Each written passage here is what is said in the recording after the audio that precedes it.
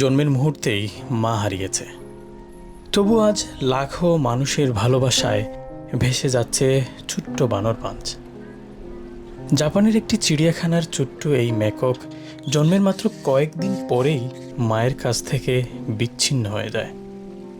মা তাকে গ্রহণ করতে পারেনি, আর সেই শূন্যতায় শুরু হয় এক নিঃসঙ্গ জীবন।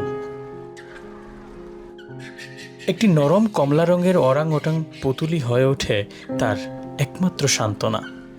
$20 সেই পুতুলকে বুকে জড়িয়ে ঘুমানো, কিংবা পুতুলের সাথে খেলাধুলা, দৌড়ানো, এমনকি অন্য বানরের কাছ থেকে ছিনিয়ে নিয়েও আগলে রাখে তার একমাত্র বন্ধুকে। বানরের স্বভাবত খুব সামাজিক প্রাণী।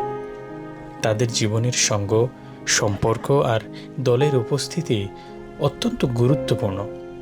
একাকিত্ব তাদের মনে আনে ভয়, অস্থিরতা আর গভীর মানসিক চাপ। স্বভাবত জন্মের পর মা সন্তানের যত্ন নেয় দীর্ঘ সময় ধরে। কমপক্ষে 1 বছর পর্যন্ত বুকের দুধ খাওয়ানো হয়। কিন্তু পাঞ্চ সেই আদর পায়নি। সোশ্যাল মিডিয়ায় ভাইরাল হওয়া এক ভিডিওতে দেখা যায় এক প্রাপ্তবয়স্ক বানর তাকে টেনে নিয়ে যাচ্ছে, বকাঝকা করছে। চিড়িয়াখানা কর্তৃপক্ষ জানিয়েছে সম্ভবত সেই বানরটি ছিল পাঞ্চের মা, যার সাথে পাঞ্চ খেলতে গিয়েছিল।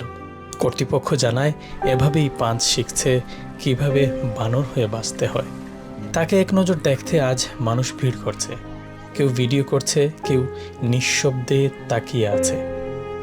মায়ের ভালোবাসা পায়নি সে, কিন্তু এক টুকরো পুতুল আর অজস্র মানুষের মমতায় ছোট্ট পাঞ্চ আজও আঁকড়ে ধরে আছে বেঁচে থাকার আশা।